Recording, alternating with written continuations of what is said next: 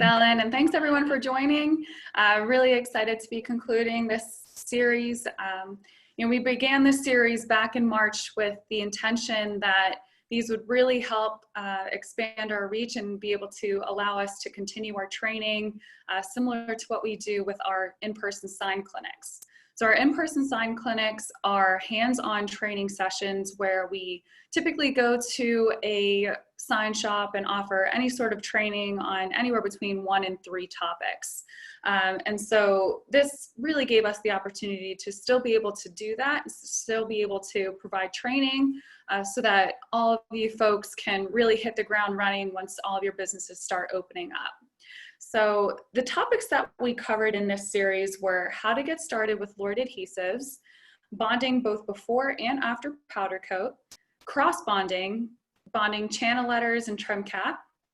And then we also did some product training on our urethanes as well as our acrylic technologies for sign fabrication. Now, if you missed any one of those, don't worry, they're actually all available on demand. So you can go back and rewatch the videos, or you can watch them if you missed them. All you have to do is just go to lord.com/sign and you'll be able to see our on-demand courses there. So we did cover quite a bit of information, but again, as Ellen mentioned, we wanted to conclude this series with the opportunity for you guys to answer or to ask any sort of questions that you might have had, whether you didn't get the chance to ask them in a previous series or something just came up and you really want to get an understanding of what to do for your particular application. So with me on the call, we have Gail Kasky as well as Carolee Nail. These wonderful ladies are our customer support and customer service folks. So if you've ever called into our 1-877 Ask Lord, our hotline, it's likely you'll get one of these two wonderful ladies. They have a ton of experience in the sign industry. So they really are very familiar with the typical applications that most sign companies run into. So if you want, Gail and Carolee, feel free to say a quick hello before we get started. Hello. Glad to be here. Nice to be here. Always willing to help. Perfect. Thanks so much. So very good. So with that, we have Gail and Carolee as well as myself to answer any questions that you have. And with that, what questions can we help you with today? As we're waiting for some questions to come in, I can go ahead and ask a few. First one we'll direct to Gail. Okay. Gail, is there a difference between the strength values of the Lord 19, the 419, and the sign 406? Okay. All right.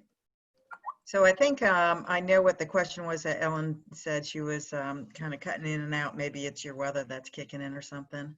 But I thought I'd add a couple questions that some of my most recent sign requests. And one that I received this week was a customer who is asking what the difference was between the sign lock 406, the standard Lord 406/19, and then what was the other one, the 410. And so we I discussed with him about that all of them have the same strengths. The sign lock was created a couple years ago to target the sign market with user-friendly cartridge and gun, not a very expensive gun. We made a more robust product, which gave us 18 months of shelf life as opposed to 6 months. It also gave us, put some glass beads in the formulation to give precision when bonding. And, we just wanted to identify the needs of the sign industry with this product. So it virtually is the same product as a 406, aside from those differences. The 410 is the same product, just has a longer work time, as is the shorter work time of the 403. I believe there's also a sign lock 403.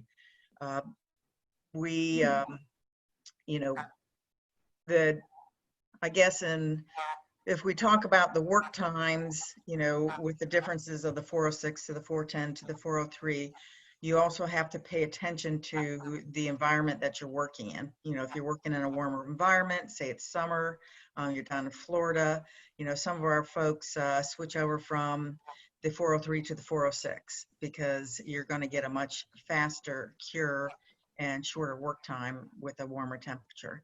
And the same goes with, it's the reverse for cooler temperatures. You know, less, you know, the cooler it is, the longer it's going to take. You're going to have a longer work time and you're going to have a longer cure cycle. And saying that, we don't recommend using this product below 40. I mean, it will work, but it will take a couple days for it to fully cure. And sometimes we run into issues with moisture on the metals when we start getting to real low temperatures. So that's the short on that. Perfect. Thank you. And I apologize, I cut out. Carol Lee, let's talk powder coating. Can you powder coat after bonding and with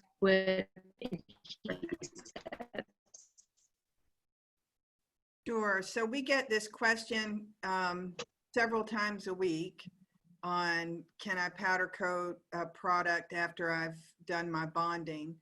And we recommend the acrylic adhesives. So it could be the 400 series, the 406, or the 403. You can also use the Sign Lock products, 403, 406, 810. And then Angela did a nice webinar earlier this series with using Max Lock as an option for bonding and then powder coating. The key things to keep in mind if you're powder coating after bonding with an acrylic is that your assembly needs to be fixtured in some way as it goes through the powder coating process, in addition to the bonding, because the adhesives will get soft at about 150 to 180 degrees Fahrenheit. And if there's any pressure applied to the assembly while it's in that soft state, your parts could shear apart. So depending on the assembly, if it's a sign box, for example, you could do some small tack welds. You can also fixture the assembly just by gravity and send it through powder coating so that the parts are never put in any kind of pressure. Make sure the adhesive is fully cured. And then it's always just a good practice, so fully cured before you powder coat. And then a good practice when you do your assembly to minimize the exposure of the adhesive line to the powder coat finish, because then that will create a better looking finished product, and then you'll have a better acceptance of that paint onto the assembled product. I think those are the main tips, but we get those questions a lot every week. That's awesome. Great. And just to follow up to what Carolee was saying, so we do have the on-demand class for bonding after powder coat available on our website. But another thing that we also have coming out for that, which gives a lot more detailed information about how to fixture, the method that you should use, things to look out for before you go into the oven, or even how to check afterwards. We actually have another video coming out on bonding prior to powder coat. And that's going to be a video featuring myself as well as one of our chemists and application engineers, Steve Webb. So definitely make sure that you're following us on LinkedIn so you can see when that video gets posted. We did have a question come in. Will the metal bonders survive an application where the assembly sits in full sun, like in a warm climate such as Florida, Arizona, those places? Okay, so I'll go ahead and answer that one. That was another call that I had this week. And in fact, this morning I had a caller who we discussed with bonding some putters for golf clubs. A putter, I guess it is, insert. And his concern was, well, if it sits in the trunk of the car in the sun in one of these warm climates, is the putter, the insert, going to release itself or have problems when they take it out to use it? So our metal bonders are acrylic based. So of course, as Carolee mentioned, in the powder coating, they do soften with heat. However, they do not soften to a point where they go back to their original uncured state. In other words, it's not going to go back to a liquid. It's just going to soften, and it softens accordingly to the heat level. And with these products, you're not going to see any significant difference until you get well over 200 degrees Fahrenheit. So you're rarely going to see that in any of these assemblies. And if you were to see this, once, like say what I told the fellow with the putter this morning, was once that's taken out of that trunk and it kind of comes back to whatever the environment temperature is, it's going to harden back up again. And it's actually going to be a little stronger than what it was before it saw the heat for the first time.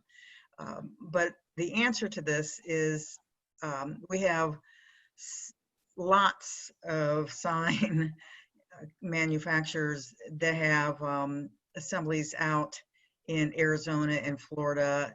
We have that don't have any problems. We use our metal bonders on satellite dishes that are out in the Sahara Desert. There is no problem with there should be no concerns with it, a sign sitting out in the sun. That's a good point. And in my experience as well, just to continue what you were saying, Gail, is I've had customers even using our adhesives and being concerned with bonding a black truck body out in the sun. And they're so concerned that the black is going to attract more sunlight, which will cause a lot more heat. And even painted black vehicles out in Arizona, Utah, areas where it gets really hot and it's straight sun, all of our truck bodies have held up. We haven't had any reported failures with using our acrylic adhesives in the sun in really, really extreme heat conditions. So that's a good point. Mm-hmm. Angela, I do have a question for you, and this is when we get a decent amount. How much adhesive do you need to use?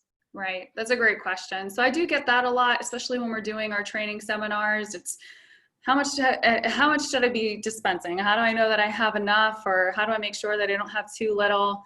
So really, for most applications, we like to see that you dispense at least an 1/8 inch bead for most structural applications, or most applications where it's going to be load bearing.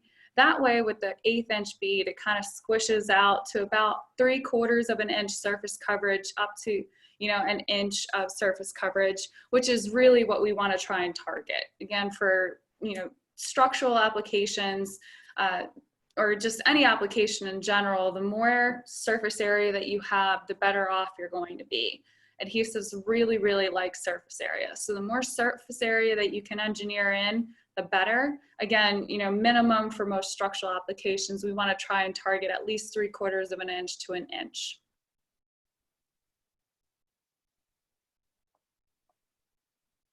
And I guess, Angela, you can add in there that 1/8 inch bead is going to spread about 3/4 of an inch.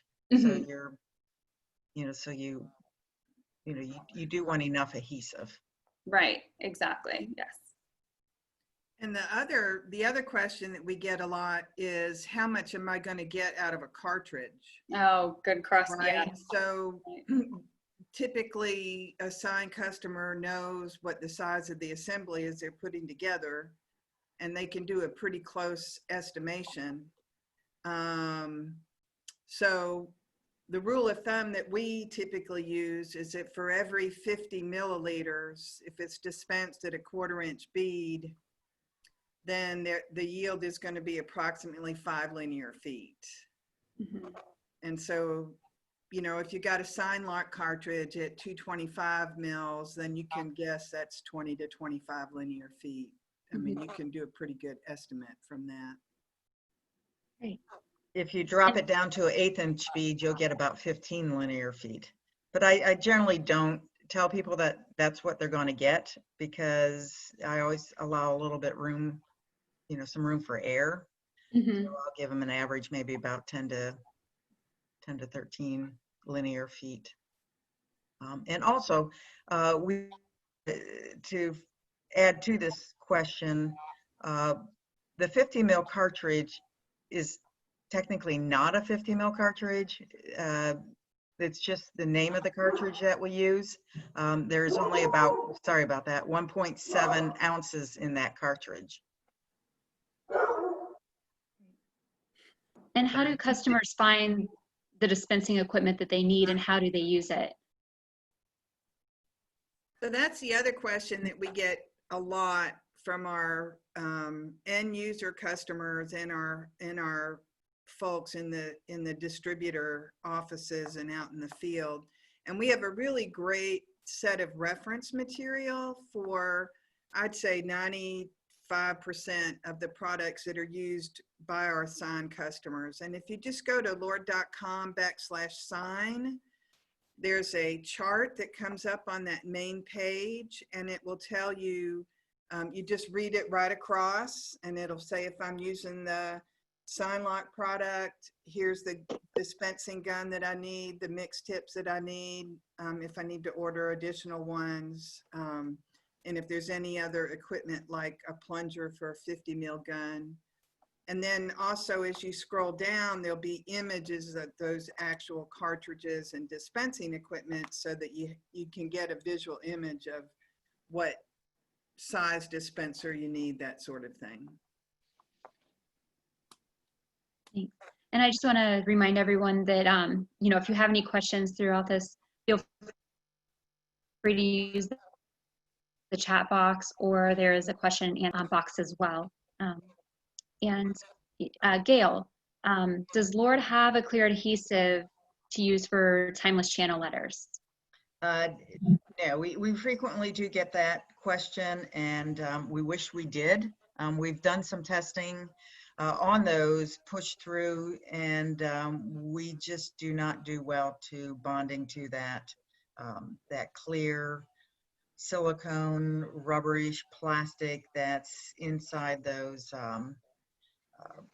trimless channel letters, those letters. So our 7550 is our true optically clear adhesive, and that is not identified as a structural adhesive. It has its place. I mean, it's great for using with the trim cap on the acrylic letters, but for this push through, it is not a recommended product. And Carolee, sometimes we get this question, are there different considerations of bonding for indoor and outdoor applications? Sure. So one of the conversations that we have with customers when they call, they often call and say, what product do I use? And one of the first questions that we'll ask them, is it an indoor or an outdoor application or assembly? And that sort of drives your choice of products. And then the other questions that we'll ask is, what materials are you bonding? What's the size of the assembly? Do you have any color requirements, such as clear, or, can you use a colored adhesive? And where indoor outdoor really comes into play is the concept of thermal expansion. So if you have an indoor assembly, you can make an assumption that the temperatures are going to be pretty consistent on that assembly. They're going to be, room temperature-ish at 70 degrees Fahrenheit, that kind of thing. And then if you have an outdoor assembly, and if the materials are the same, they'll expand and contract the same. So you can recommend an adhesive, or there's an adhesive recommendation based on the material or substrate. But if they're different materials, like a plastic and a metal, then the thermal expansion rates are different. And what we often recommend is moving from an acrylic adhesive, which is what our most common recommendation, to a urethane adhesive that allows a bit more flexibility on that assembly over the lifetime of the product. And that, again, particularly comes into play if the assembly is large. So the bigger it is, the more likely you're going to have more impact from thermal expansion. So lots of questions, but one of the first ones that we'll always ask is it indoor or outdoor assembly?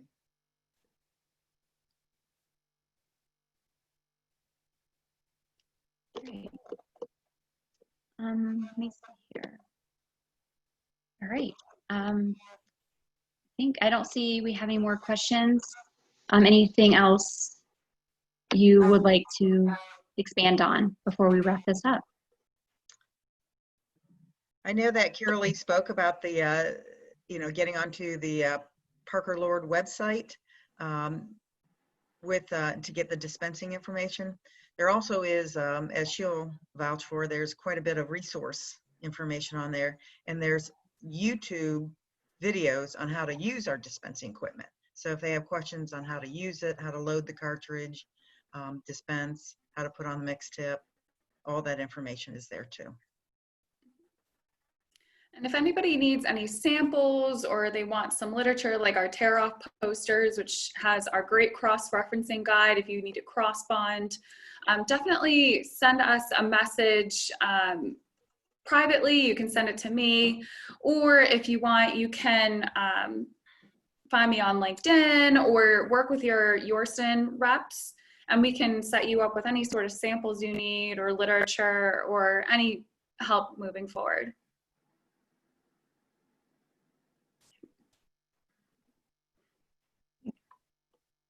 Well, thank you everyone for joining. We appreciate it. This is a wrap of our bond sign series. And we look forward to doing more here in the future. Thanks. Thanks, Everyone. Ellen. Thank you. Thanks, Angela. Bye. Bye.